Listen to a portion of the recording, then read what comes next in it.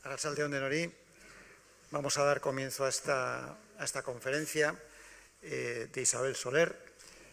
Isabel, os la presento brevemente, es especialista y profesora en literatura y cultura portuguesa en la Universidad de Barcelona. Ha trabajado mucho sobre la época del Renacimiento, que es de lo que vamos a hablar hoy, pero debo añadir que además es especialista en literatura portuguesa del siglo XX y ha traducido a varios autores. Y en lo que respecta a la época del Renacimiento, que es la que nos trae aquí, es autora de un buen número de monografías y artículos que tienen que ver particularmente con los viajes portugueses por el océano. Aquí hemos traído un par de muestras: El nudo y la esfera, Derrota de Vasco de Gama, hay más, El sueño del rey, hay otros libros. Le voy a dar inmediatamente la palabra. Solo señalaré que leyendo sus obras, aparte de maravillarme por lo bien escritas que están, he aprendido dos grandes cosas, entre otras muchas. La primera, la importancia del viaje en la cultura moderna. Creo que como nadie ha descrito lo que supone para una mentalidad determinada en esa época esa experiencia de salir de viaje, y lo que luego la idea de viaje, el viaje interior, el viaje de gente emprendedora, el viaje para conocer, lo que supuso en la cultura de la época, y muy particularmente para el nacimiento de una mentalidad científica, porque el viaje invita a observar, a reflexionar, y por tanto invita al empirismo en una cultura que todavía está obsesionada con la idea de que el acceso a la verdad dependía de grandes autoridades clásicas o de la Iglesia y de una cierta abstracción.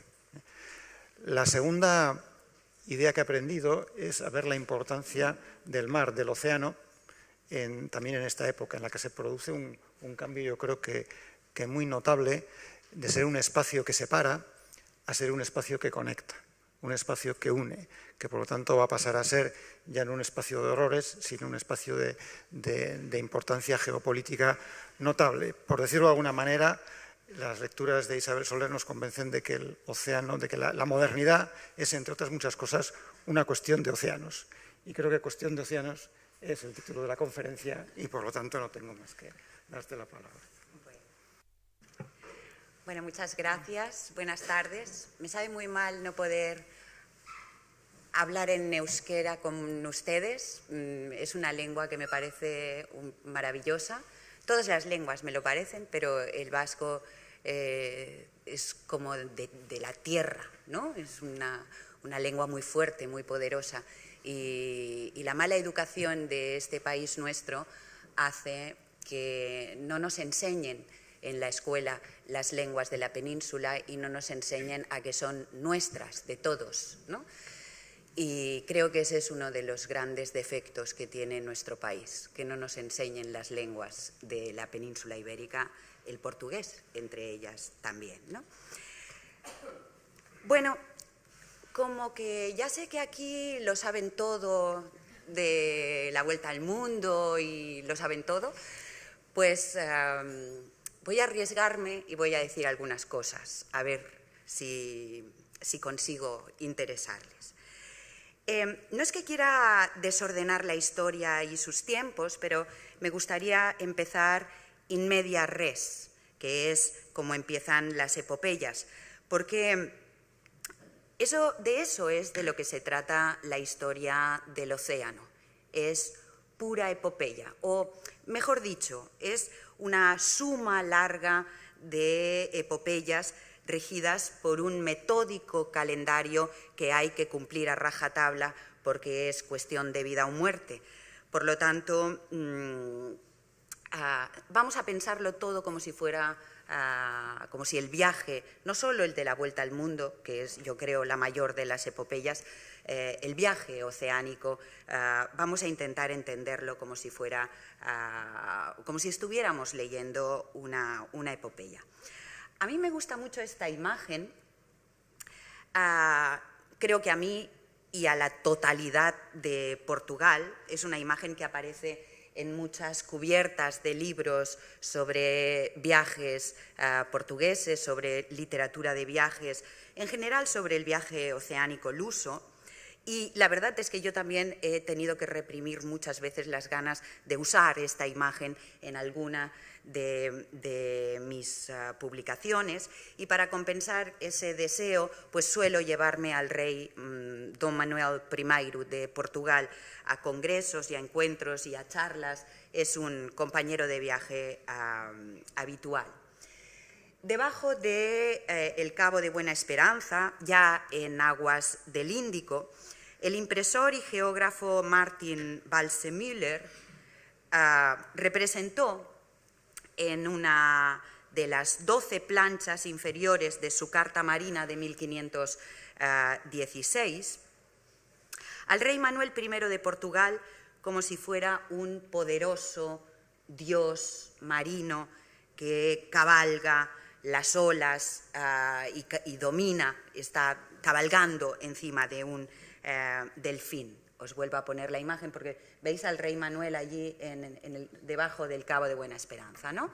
Es este. El rey lleva ceñida la corona imperial, sostiene el cetro en la mano derecha y en la izquierda sujeta una cruz en cuyo mástil ondea la bandera de Portugal. Y sobre esa cruz reza la leyenda Christianissimo Emmanuelis Regis Portugale Victoria. Como queda explícito en el título del mapa de 1516, ese es el título, no os lo leo porque es interminable. Este mapa mundi de 1516, siempre injustamente empañado o poco celebrado por culpa de otro mapa mucho más famoso de Martin Waldseemüller, que es esta carta de 1507. En esa de 1516 quiso el cartógrafo Waldseemüller explicar los viajes marítimos portugueses y la forma de todo el mundo conocido en su tiempo, pero al mismo tiempo, no en esta carta, en la anterior, a ver si en esta, que tiene 10 años, es 10 años posterior a la de 1507, no solamente quería explicar los viajes portugueses y la forma del mundo en el año 1516, sino que también quería contrastarla con la tradición o la imagen tradicional creada por el pensamiento clásico en contraste con las novedades del mundo. El dibujo de la realidad del mundo es el metódico trabajo de los cartógrafos renacentistas, pero ese metódico trabajo, lento, cuidadoso, delicado, se está dando en un momento en el que el mundo está drásticamente transformándose, es cambiante en cada regreso de las naves. Cambia tanto el dibujo del mundo como cambia la idea del mundo a través de las noticias que van llegando con cada armada que regresa a la península. A mí me gusta pensar que el lápiz del cartógrafo es las noticias.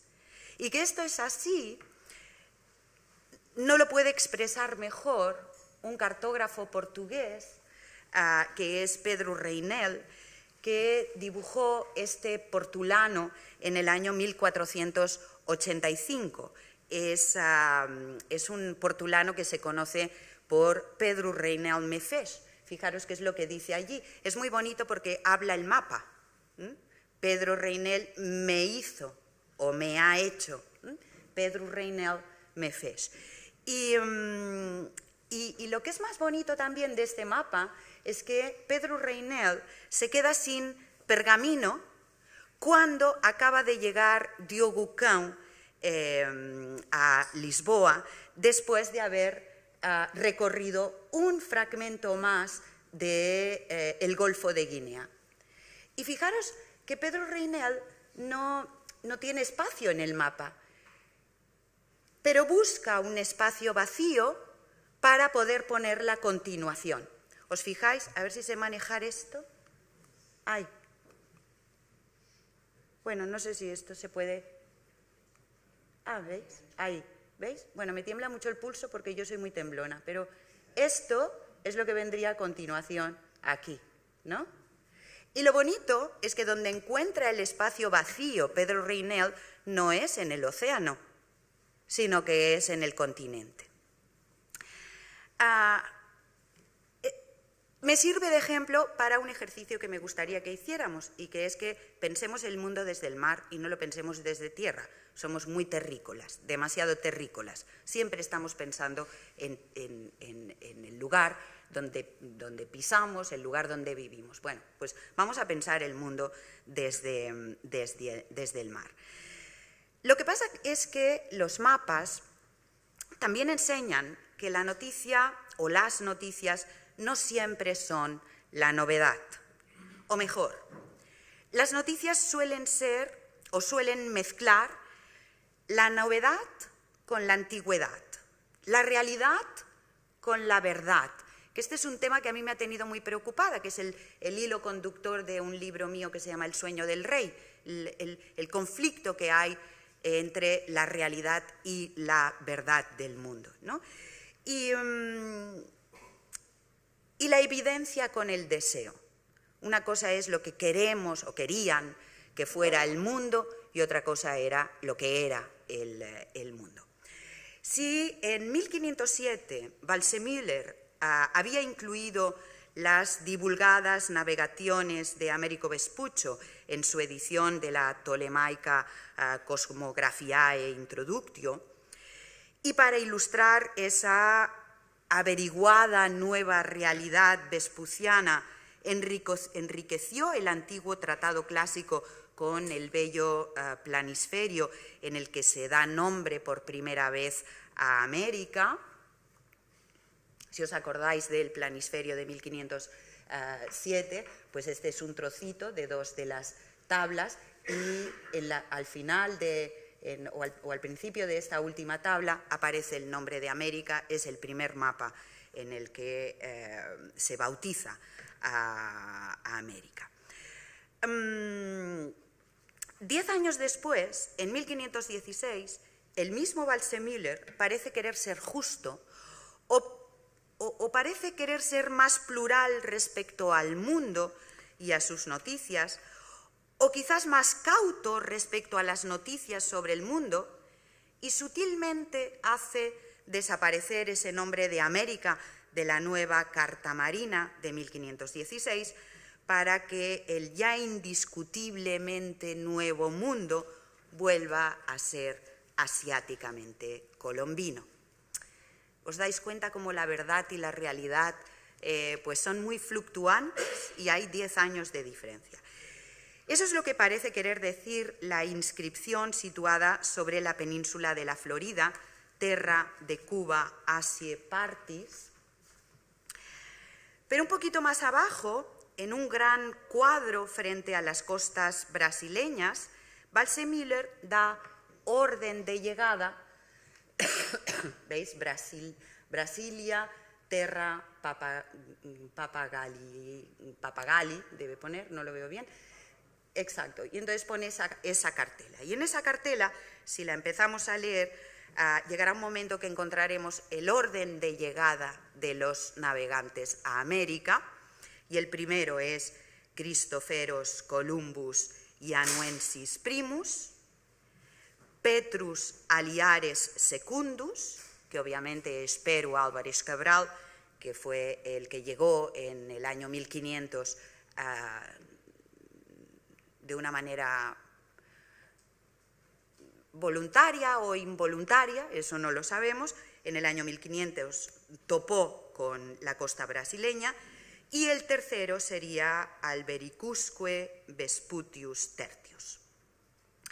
Son los tres nombres que el cartógrafo considera indispensables para explicar la navegación portuguesa a la que dedica su carta en este ya bastante dibujado nuevo continente, aunque dos de ellos, el primero y el tercero, Ambos veteranos de la escuela oceánica lusa navegaron hacia América, a esa América del año 1507 o a esa Asie Partis del año 1516 bajo estandarte castellano. Martin Waldseemüller murió el 16 de marzo de 1520 y hubiera podido vivir más porque tenía unos 50 años en fechas de su fallecimiento. De haber sobrevivido un par de años más, como muchos de los más informados cartógrafos de la época, hubiera tenido acceso a las noticias geográficas que llegaron con la nao Victoria que Juan Sebastián Elcano consiguió hacer regresar a Sanlúcar de Barrameda el 6 de septiembre de 1522, tras un, como sabemos muy bien, larguísimo y doloroso periplo por los océanos del mundo. No tardaron en divulgarse por Europa esas sorprendentes noticias, por lo que muy probablemente, o al menos a mí me gusta pensarlo así, Waldseemüller se hubiera puesto a trabajar en un nuevo mapa mundi, porque obviamente esta noticia del año 22 lo trastocaba absolutamente todo, y en el que quizá, también muy al sur, hubiera aparecido la imagen del emperador Carlos V, esta vez cabalgando las olas del Pacífico junto al cabo deseado que da fin al angosto y laberíntico estrecho patagónico. Quizás al cartógrafo Battista Agnese se le hubiera podido ocurrir en el año 1544, mientras reseguía con hilo de plata el viaje de la Armada de las Molucas. Aquí tenéis la parte del continente americano, aquello es el estrecho de Magallanes. En realidad, y a mí me fascinan esas casualidades que tiene la historia, el geógrafo y también médico y astrólogo y mago Lorenz Fries ilustraba en el año 1522 una nueva edición de la Geografía de Ptolomeo, tan inspirada en Waldseemüller, que reproduce la imagen del rey Manuel cabalgando las olas de Buena Esperanza. Si os fijáis, es que casi es una copia un poco más imperfecta de el rey Manuel de Waldseemüller. Pero en los cuadritos de su atlas que corresponden a América y a el meridión americano, pues no se acuerda o no se le ocurre dar espacio marítimo en la remota Patagonia al emperador. A mí me parece que no está muy logrado el mapa de Battista Agnese de 1544, sobre todo por la fecha, pero al contemplar esa magnitud global que está representando, a mí no me cabe ninguna duda que las Molucas se convierten en el punto final de un destino puramente hecho de océanos. 30 años antes de este dibujo de Agnese, sin nombrarlo, Waldseemüller había dado espacio al Pacífico en su mapa de 1507, pero, como asimismo había hecho con América, lo hizo desaparecer en el mapa de 1516. Tal vez ahora, en su hipotético mapa de 1522, Carlos apareciera no como un dios marino al estilo manuelino, sino como el emperador de la vuelta al mundo. Quizá también hubiera insertado Waldseemüller una cartela junto a la diminuta isla de Mactán, a 65 kilómetros cuadrados rodeados de arrecifes en las Filipinas. Allí murió Magallanes el 27 de abril de 1521, un poco tontamente, por confiarse, por soberbia, por presunción, por ignorancia, porque no sabía a quién se enfrentaba.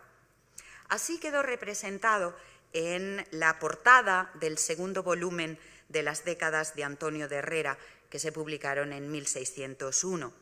Y a mí lo que más me sorprende de esta imagen, aparte de Magallanes muriendo solo en medio de la isla, que no fue así, murió en la playa con el agua más o menos a la cintura o a la altura de las rodillas, pero eso no tiene importancia, está aquí muriendo solo. A mí lo que me sorprende es esa representación de las 4 naves, porque, como ya sabemos muy bien, hasta Mactán llegaron 3 de las naves, ¿no? Y fueron 3 las naves que cruzaron el Pacífico, la Trinidad, la Victoria y la Concepción, que los navegantes estaban a punto de abandonar por inservible, la Concepción, ¿no? Pero aquí aparecen las 4. Y volviendo al hipotético planisferio de 1522 de Waldseemüller, pues la cartela de Elcano aparecería por encima de Cabo Verde o junto al estrecho de Gibraltar, y hasta puede que hubiera dibujado Waldseemüller la destartalada nau Victoria, en la que ondearía el primus circundedisti me, que a partir de 1522 ostentaría el escudo de armas de Juan Sebastián Elcano. Carlos V, el César de la circunnavegación del globo, como sabéis muy bien, le dio a Elcano un escudo y una frase, además de una renta de por vida de 500 escudos de oro, que la verdad le sirvió de bien poco, porque ya sabemos que va a morir dentro de muy poco. Pero le denegó todas sus peticiones, y eran unas peticiones que lo igualaban a su capitán mayor, que lo igualaban a Magallanes: el hábito de caballero de la Orden de Santiago, la capitanía de una armada y poder llevar armas. Le quedó una frase y una pensión por casi 3 años y 70.000 kilómetros de epopeya. Fue una odisea de la que consiguieron regresar juntos, eso también lo sabéis muy bien, porque en diferentes conferencias os lo deben haber dicho. Regresaron juntos 18 de los casi 240, también sabéis que la cantidad de embarcados fluctúa según las fuentes, pero vamos a pensar que eran sobre 240 embarcados, y de la que posteriormente fueron regresando otros tripulantes de las naves de las Molucas. Hubo en total unos 93 supervivientes, y de entre todos estos, 33 merecían como mínimo una frase y una pensión. 17 españoles, de los cuales 6 eran vascos, como Elcano, 4 portugueses, 5 griegos, 3 italianos, un francés y un flamenco. Evidentemente, ninguna de estas imágenes del mundo que hemos ido viendo estaba en la cabeza de Fernando de Magallanes cuando el 20 de octubre de 1517 cruzó la frontera de Portugal rumbo a Sevilla. Es más, su proyecto nada tenía que ver con la vuelta al mundo. Por eso a veces me enfada que Elcano sí que puede estar, los títulos de las conferencias sobre Elcano, pues sí que pueden ir acompañadas de la vuelta al mundo. Pero Magallanes, pues su idea no era esa en absoluto, tampoco la del Elcano, eso también lo hemos de tener claro. Su proyecto nada tenía que ver con la esfericidad de la Tierra, el viaje no era ese, estaba muy enfadado y muy disgustado y se expatriaba. En realidad, para decirlo metafóricamente y obviamente a toro pasado, el viaje de la Armada de las Molucas era la culminación de un destino oceánico peninsular que había empezado, al menos en el caso portugués, un siglo antes.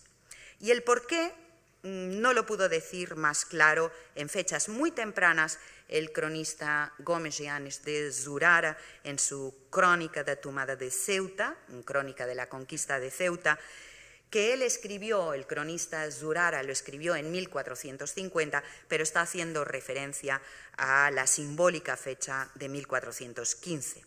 Y ahí aparece una frase que dice: de uma parte nos cerca o mar, de outra temos muro, en os reinos de Castela.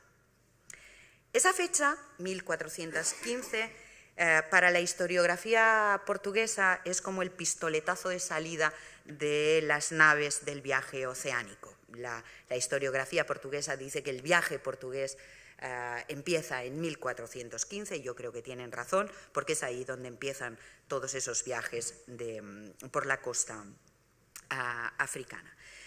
Si nos imaginamos Portugal como un gran balcón hacia el poniente, como un Finisterre que asume la condición de final del mapa, parece inevitable dibujarle un destino oceánico a ese perfil que casi se cae del mapa de Europa. Yo creo que toda la península entera se cae del mapa de Europa. A toda la península le podríamos dibujar un destino oceánico. Eso lo sabemos muy bien los que somos costeros y nos miramos la península desde la costa.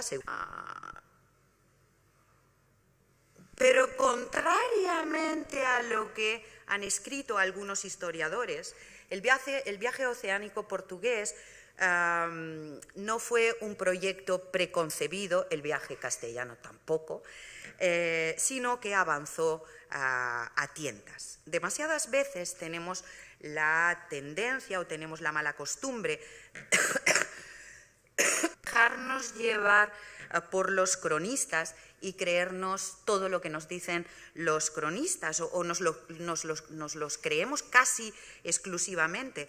Nos creemos la versión oficial de la expansión oceánica peninsular, dejando de lado o dejando en un segundo plano las vidas dispersas de aventureros y mercaderes, cuando éstas en ciertas áreas geográficas y contundentemente en la historia del viaje oceánico portugués en Oriente, pues fueron las más importantes, sobre todo a partir de 1511, que es cuando los portugueses conquistan el puerto de Malaca.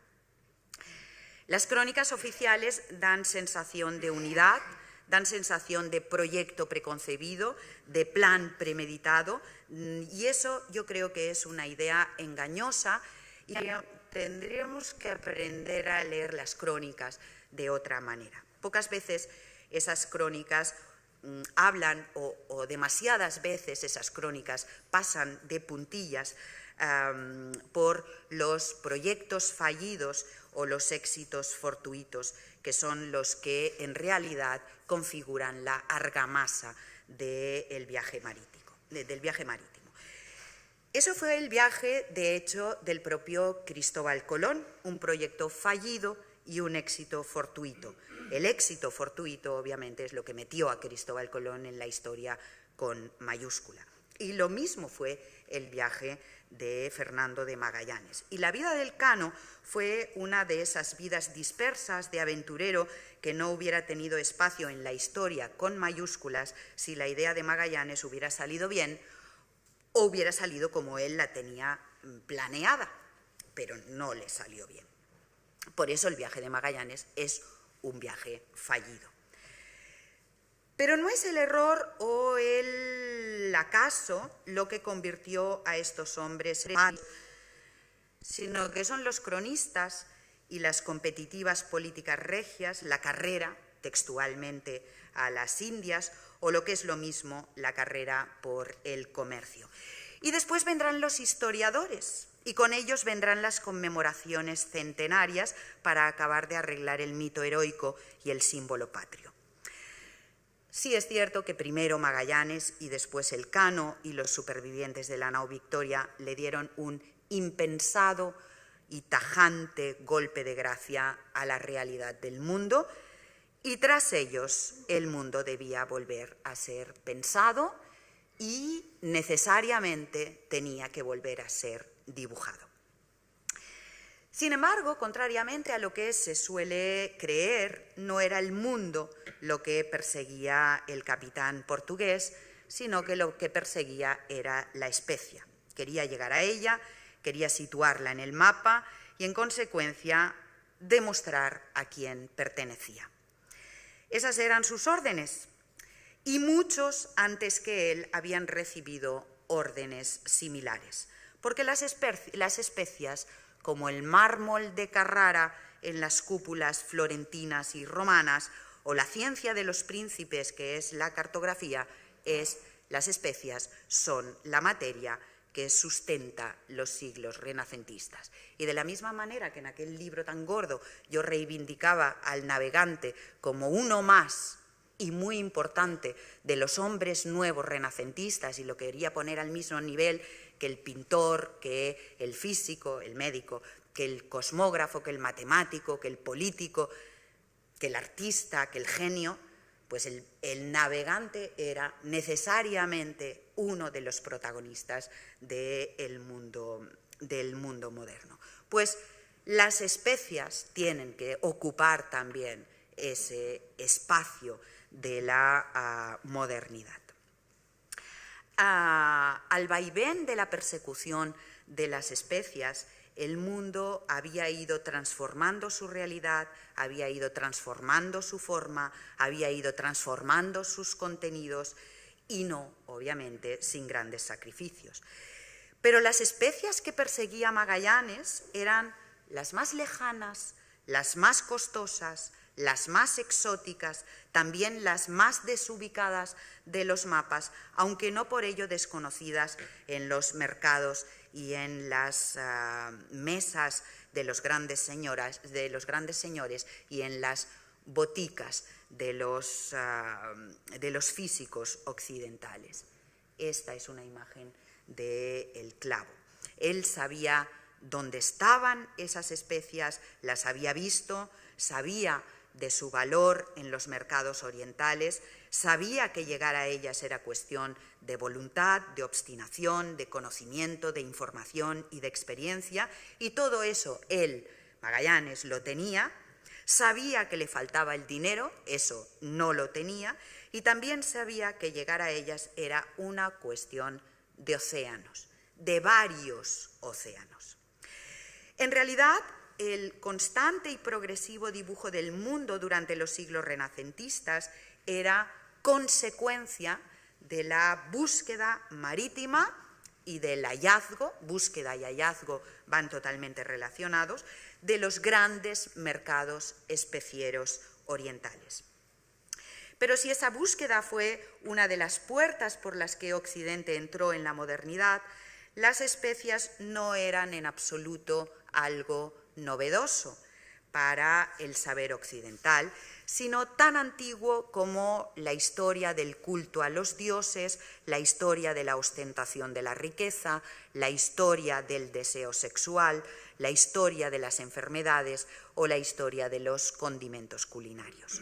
Las especias nutren el ADN de la historia del contacto entre Occidente y el resto del mundo. Edad y con presencia en todas las épocas han despertado el anhelo de reyes y emperadores, de físicos y botánicos, de religiosos y cocineros, de mercaderes y embajadores, de soldados y de piratas, de cronistas y cartógrafos, porque siempre han ido las especias asociadas a la riqueza, al gusto y al deseo, y de ahí deriva el comercio y la política, y sobre todo de ahí deriva la búsqueda, y la búsqueda es el viaje.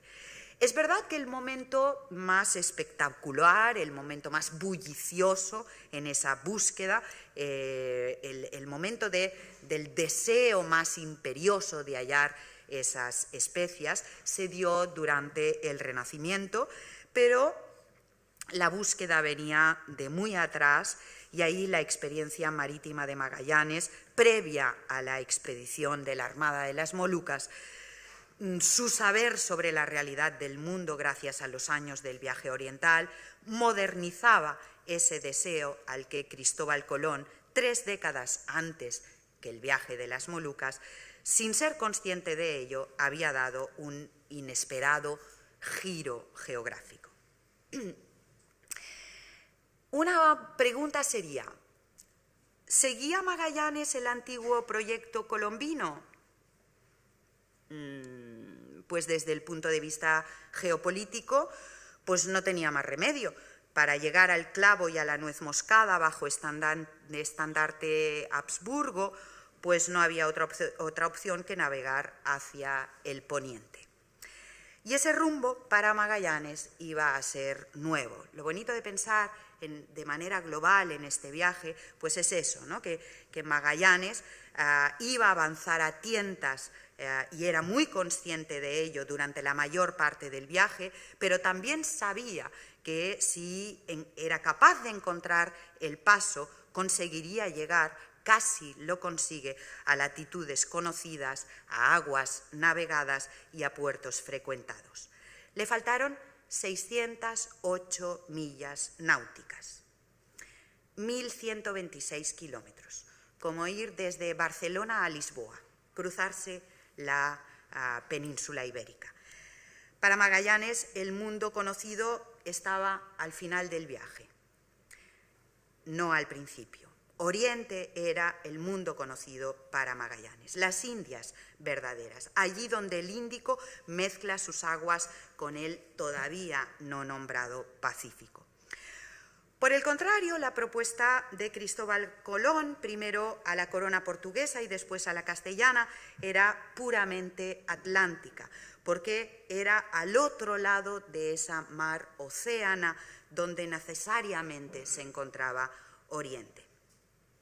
Si el sueño magallánico había cristalizado siguiendo derrotas y rumbos portugueses, primero hacia el sur y luego hacia el este, circunnavegando África, el sueño colombino, junto también a su iluminado mesianismo, que es uno de los motores de su fuerza y de su ahínco por cruzar el Atlántico, pues el sueño colombino se había ido nutriendo de su experiencia mercantil en las costas de Guinea, integrado en el activo comercio portugués, y fue allí, en esos viajes hacia Guinea, donde había aprendido el sistema de navegación atlántico.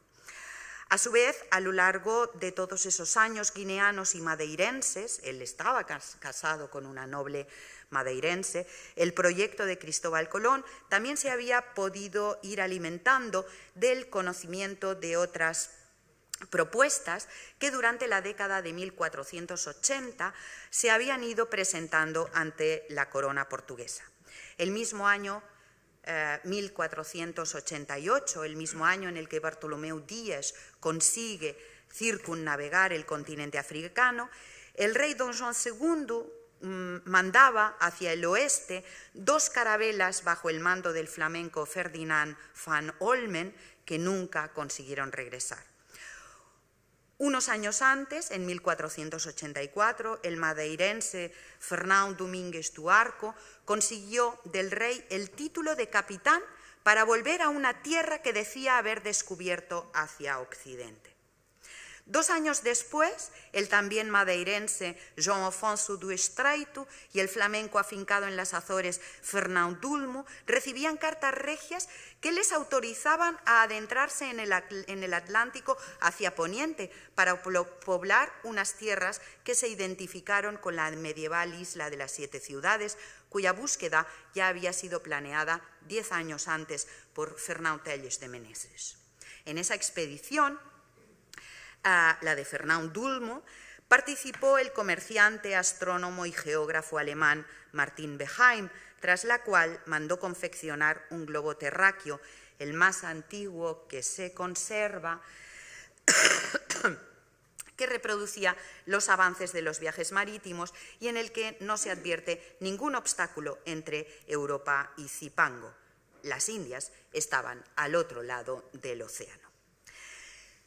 Tentativas expedicionarias por el Atlántico las hubo y muchas. De hecho, entre 1457 y 1506 hay registrados 10 casos de donaciones de islas imaginarias. Es decir, de islas que existían en el por la corte portuguesa, donaciones portuguesas, de la corte portuguesa.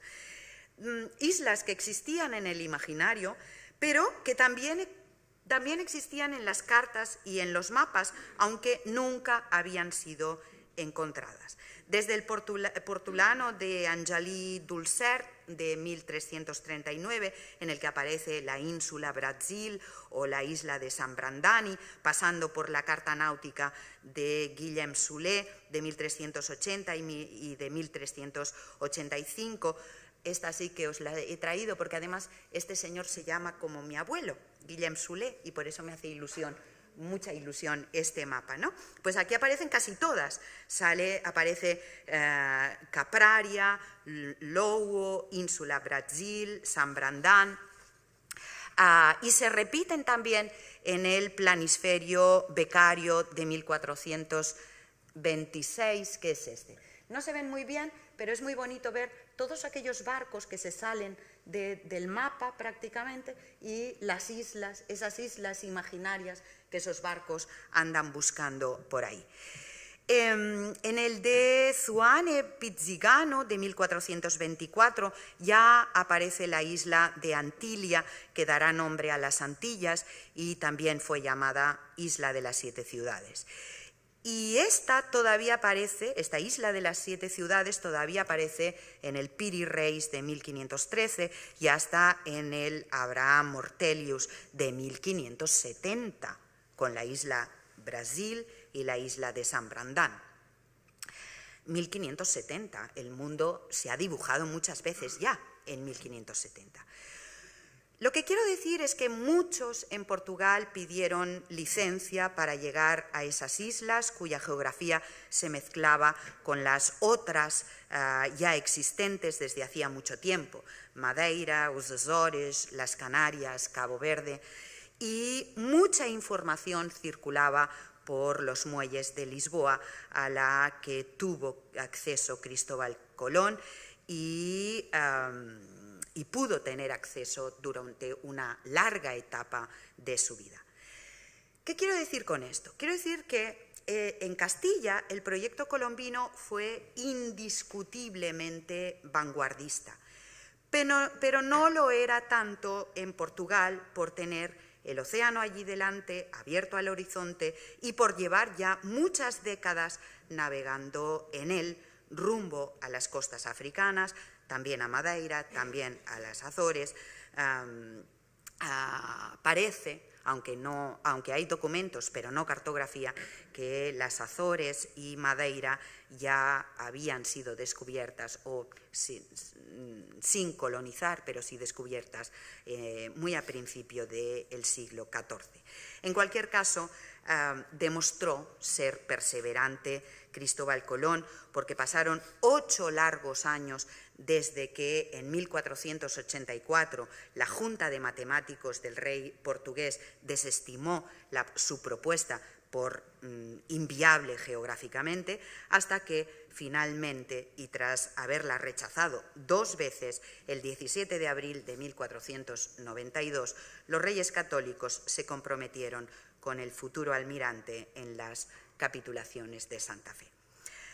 A su vez, si el proyecto magallánico sigue los rumbos geográficos colombinos, cabe matizar algunas circunstancias, algunos tiempos y espacios, algunos motivos que distancian los fundamentos de ambos viajes. Cuando en 1493 empezaron los encuentros diplomáticos previos a la Comisión de Tordesillas, los reyes católicos, por muchas bulas papales que poseyeran, que eran 5 por si fuera poco, tenían una escasa idea de aquello que debían defender. Por su parte, Cristóbal Colón, que no estuvo en Tordesillas, tenía claro que aquel océano que un año antes había cruzado bañaba las orientales y marcopolianas costas de Catay y de Zipango. Pero para Portugal la cuestión no era tanto un problema de tierras, como lo planteaba Castilla, sino un problema de océanos. El Atlántico hacía décadas que era la ruta de acceso a los 3 grandes productos africanos, que son el oro, el marfil y los esclavos. Y también era el Atlántico un más o menos cómodo sistema de vientos y de corrientes que permitía descender hacia el Cabo de Buena Esperanza. había que salvaguardar ese descenso porque asegurarse ese descenso era asegurarse la manera de llegar a Oriente. Tras Tordesillas, para Portugal el Atlántico se iba a convertir en una vía rápida de acceso a las costas de circunscripción portuguesa en el Nuevo Mundo, hacia esa terra da Veracruz, que es como la llamó Pedro Álvarez Cabral cuando aparentemente por casualidad la tocó en el año 1500. Pero a partir de la llegada de Vasco de Gama a la India en el año 1498, junto al oro y los esclavos del Atlántico, el Índico y el Pacífico empezaría a representar todo lo demás.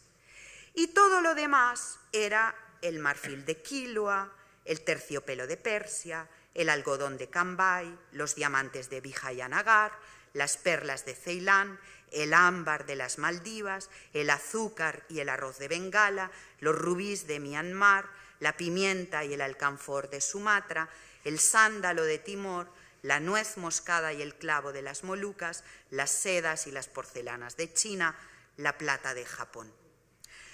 Todos esos contenidos oceánicos describiría el meticuloso Tomé Pires en su Suma Oriental, obra de un temprano 1512-1515, donde se explica con detalle el mundo económico oriental y se demuestra que el Índico y el Pacífico están conectados desde hace siglos y que son los océanos las verdaderas autopistas de conexión del mundo, porque el Pacífico y el Índico, por esas rutas marítimas, llega todos estos productos a los mercados europeos.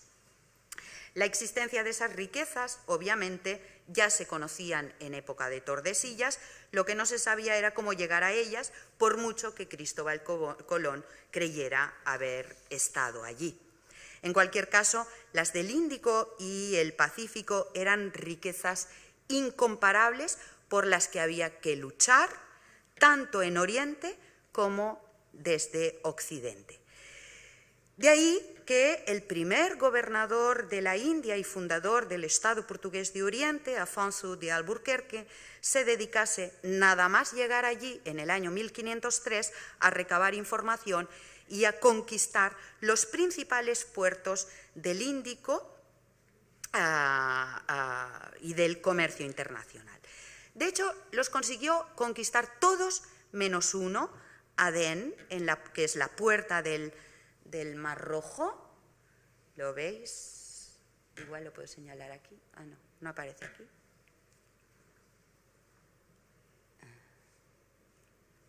No sé cómo lo he hecho antes. Aquí es esto, Adén. Aquí está Hormuz, que es una isla muy pequeñita que cierra el Golfo Pérsico, que la conquistó en 1507. 3 años después ya controla toda la costa Malabar, que es la costa occidental de la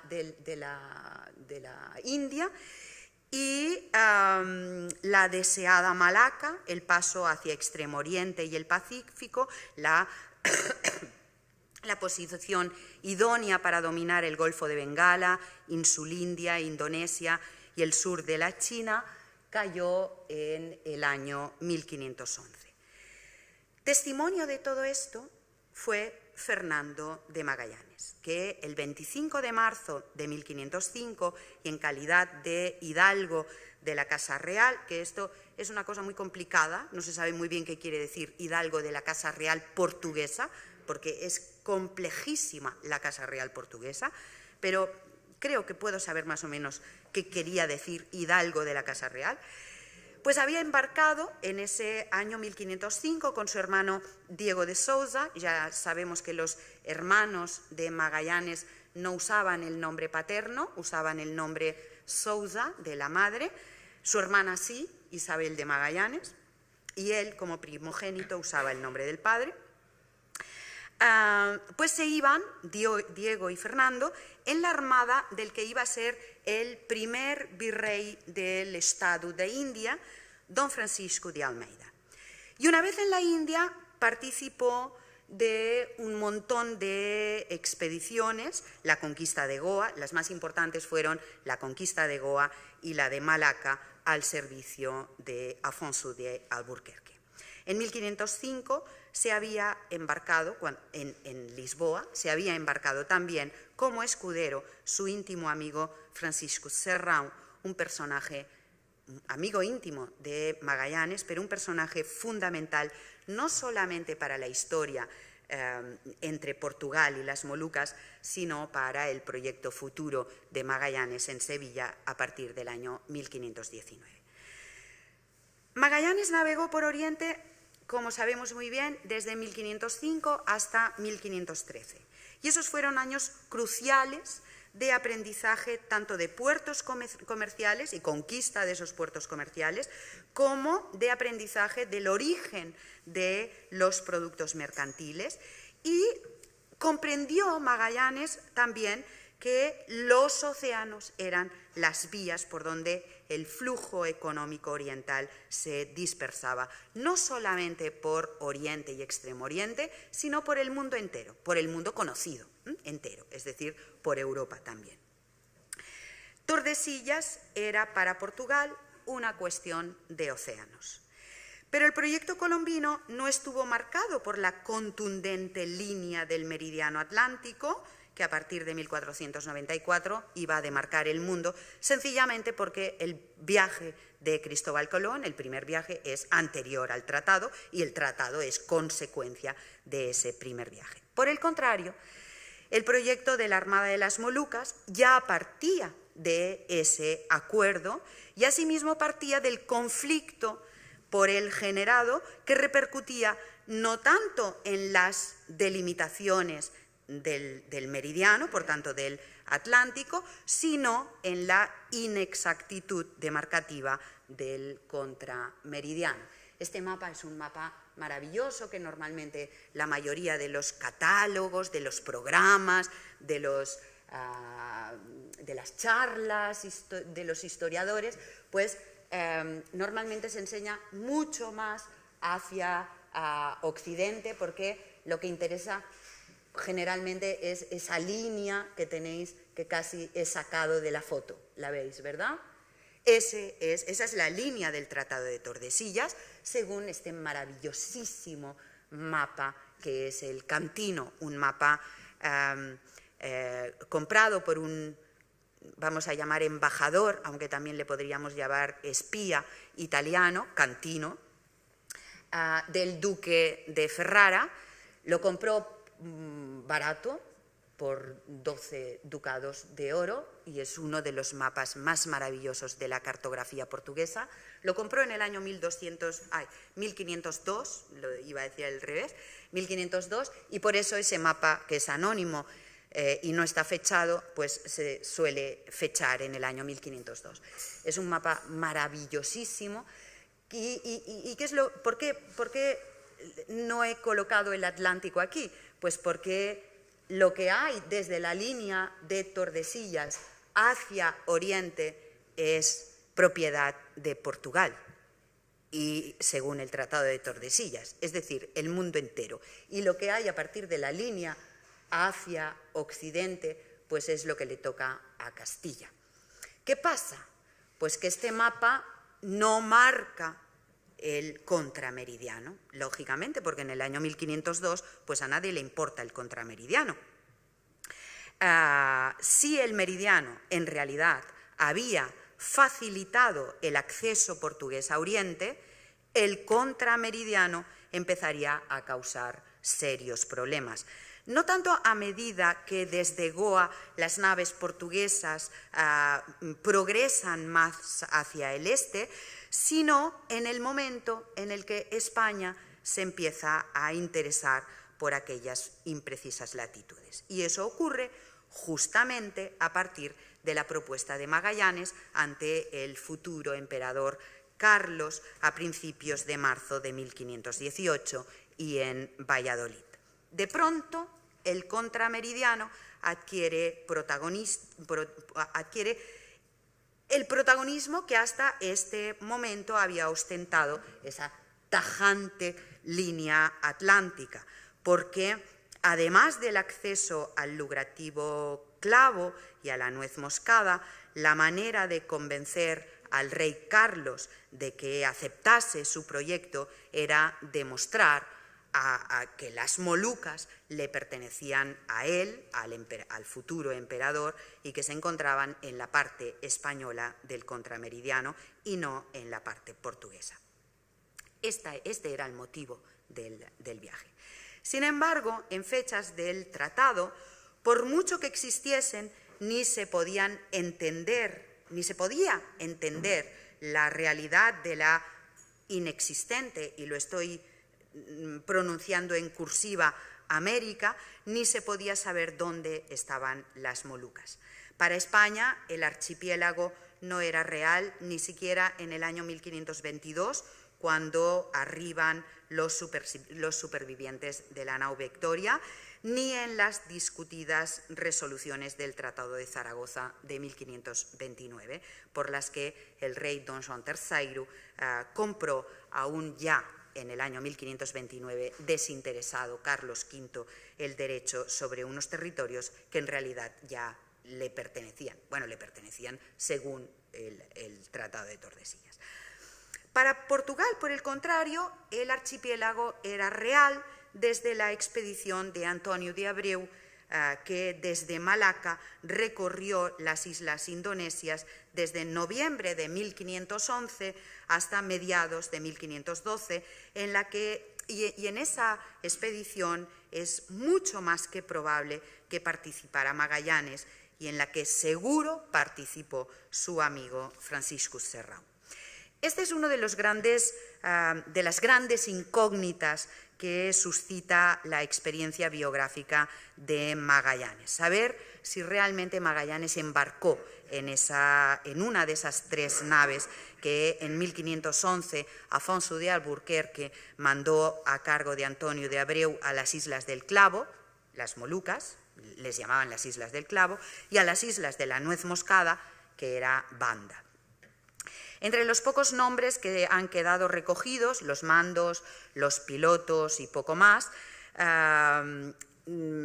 sí sabemos que era una expedición formada por 120 hombres. Entre la lista de los pocos nombres que se recogen no aparece el de Magallanes, pero Francisco Serrao capitaneaba el Sabaya y su piloto era Gonzalo de Oliveira, y Simão Afonso Bisagudo gobernaba una carabela y su piloto era Francisco Rodríguez. Y digo estos nombres porque nos acordemos de ellos. También es verdad que el cronista Fernão López de Castañeda, que es un cronista viajero, es un cronista que escribe desde la India, por lo tanto no es un cronista oficial. Castañeda es cronista oficial, pero no es un cronista oficial de gabinete que escribe en Lisboa, sino que es cronista viajero. Hay pocos, de estos verdaderamente hay muy pocos.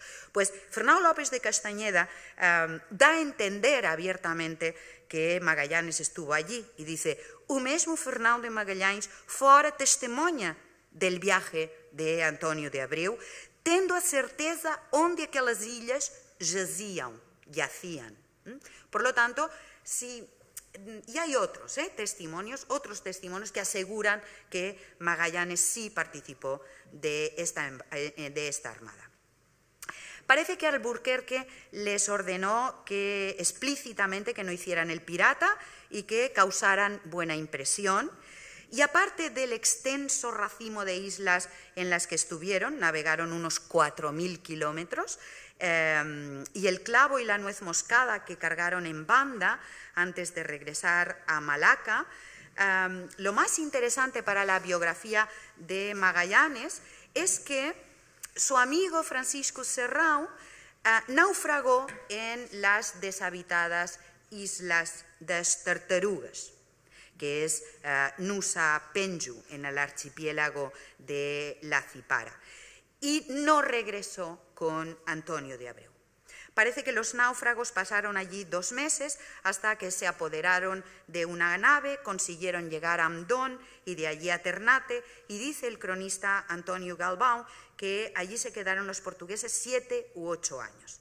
Y más tiempo también se quedaron, porque aunque se les esperaba en Malaca y hasta se les fue a buscar, Francisco Serrão no se movió de las Molucas hasta el día de su muerte, que fue en 1521, y desde allí fue escribiéndole cartas a Magallanes y esperando su llegada mientras se ganaba la confianza del rey de Ternate y adquiría libertad total de acción por allí. No era tan infrecuente esto, portugueses dispersos que se quedaban en las islas y de allí ya no se movían, y entonces traficaban totalmente al margen del Estado portugués de Oriente. Que el nombre de Magallanes no conste entre los pocos que figuraron anotados de entre los que formaban parte de la expedición de Antonio de Abreu, pues no quiere decir que no hubiera embarcado.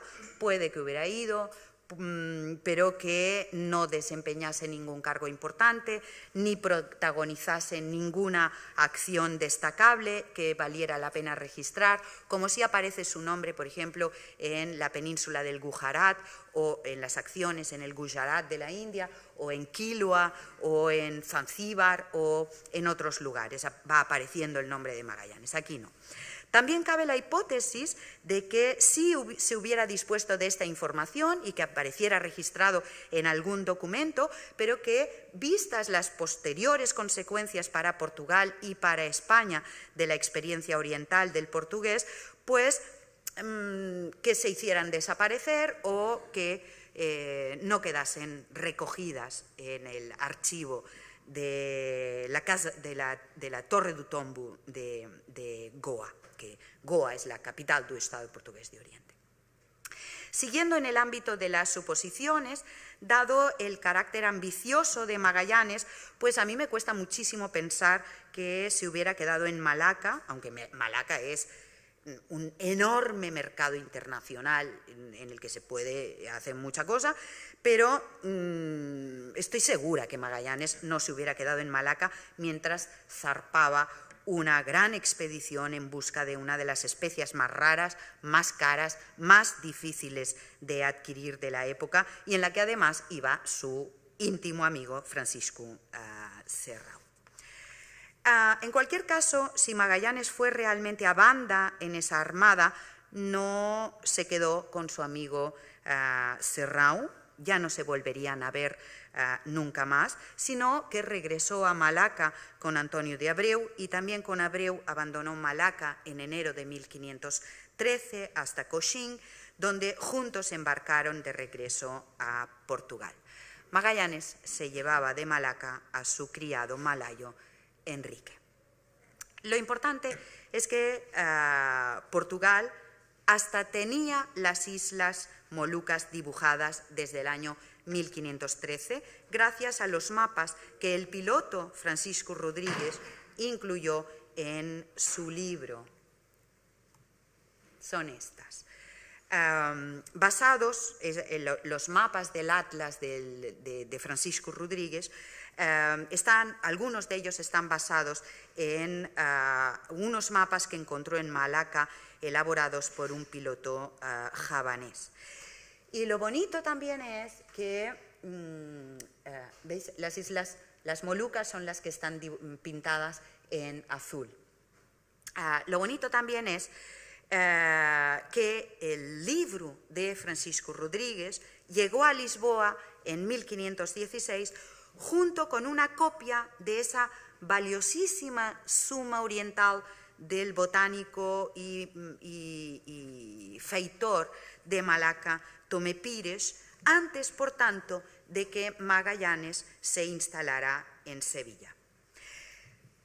Pero que en Lisboa pudieran saber la forma y el número de las islas de las especias no quiere decir que fueran capaces de colocarlas a un lado o a otro del contrameridiano. Cabe puntualizar además qué se entendía en aquella época por el maluco, seguro que os lo han contado en algunas de las conferencias anteriores a la mía, qué entendían los portugueses en el año 1511, 1512 por el Maluco, pues era un concepto geográfico ambiguo y genérico que comprendía un gran archipiélago indonesio conocido por Maluco, y que llegaba y que muchas veces incluía en los mapas con los que navegaban los portugueses, muchas veces incluía hasta las Filipinas dentro de ese enorme conjunto que era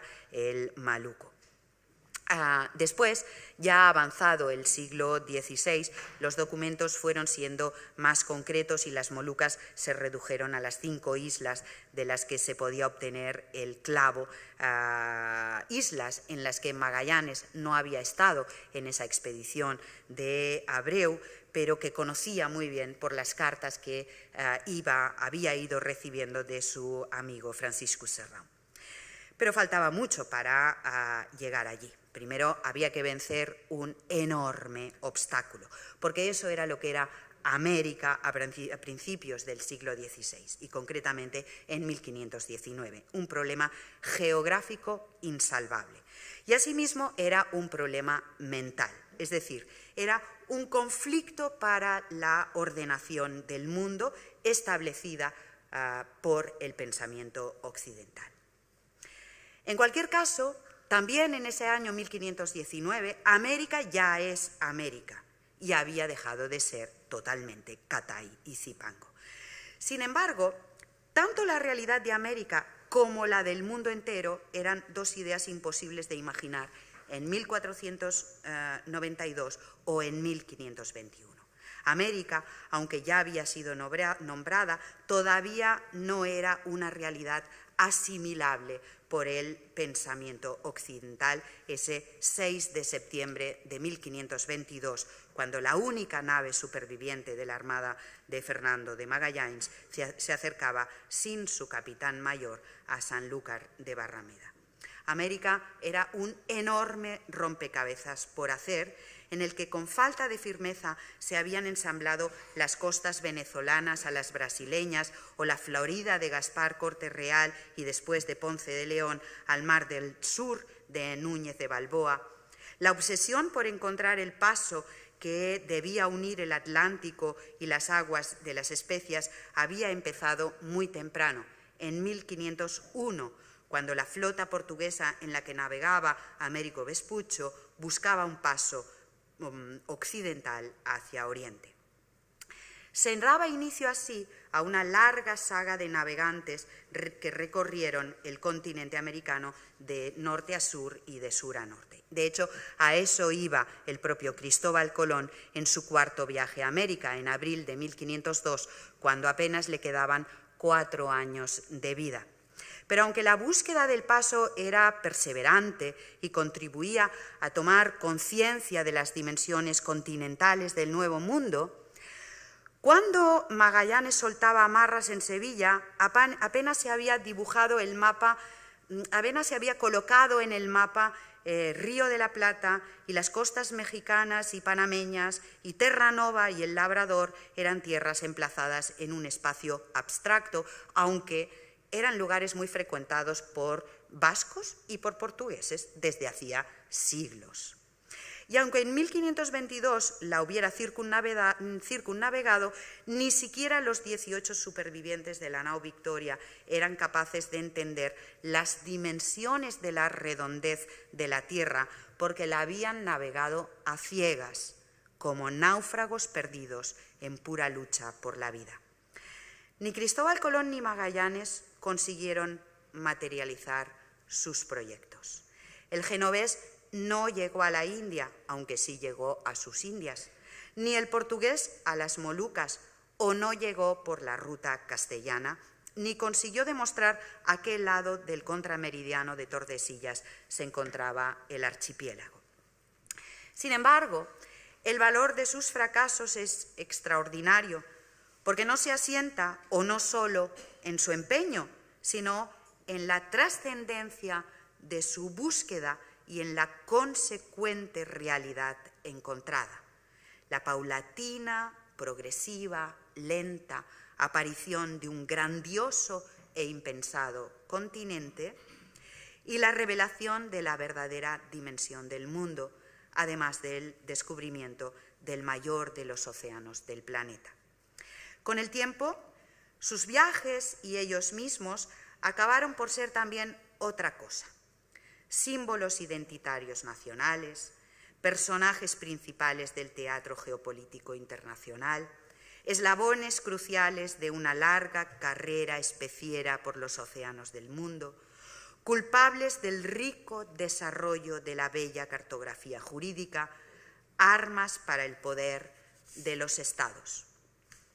Junto a la resistencia heroica de la nao Victoria, el nombre de Magallanes va indefectiblemente ligado a la vuelta al mundo. Sin embargo, sus descubrimientos fueron otros. Fueron un frío que jamás se había sentido por europeos en el hemisferio sur. Por un viento que tampoco no se había experimentado, los 50 rugientes que dan la vuelta al mundo sin ningún obstáculo que los pare. El tercer descubrimiento fue el hallazgo del desolado estrecho en el meridión americano, y el cuarto descubrimiento fue el ser capaz de cruzar el mayor de los océanos del planeta. Su hazaña pasó primero por una gran traición a su rey y ya en el mar por una enorme crueldad en la bahía de San Julián. También pasó por la fuerza de la voluntad y por el sufrimiento al límite. A mí me gusta imaginarlo obsesivo, tenaz, seguro de sí mismo, soberbio, orgulloso, autoritario, violento, exigente, intransigente. Ni el capitán mayor ni el emperador de la vuelta al mundo pudieron llegar a pensar nunca que aquel estrecho helado e inclemente, el lugar más bello y más cartografiado del planeta, iba a hundir definitivamente la omnipotente imago mundi que había gobernado el pensamiento occidental durante siglos. Cabe imaginar que de haber podido dibujar una vez más la realidad del mundo, si hubiera sido consciente de ello el cartógrafo Waldseemüller, cuando, metódico, hubiese trazado los perfiles del estrecho y hubiese dado lugar a la pequeña y remota isla de Mactán en su nuevo e innovador planisferio de 1522. Lo dejamos aquí. Muchas gracias.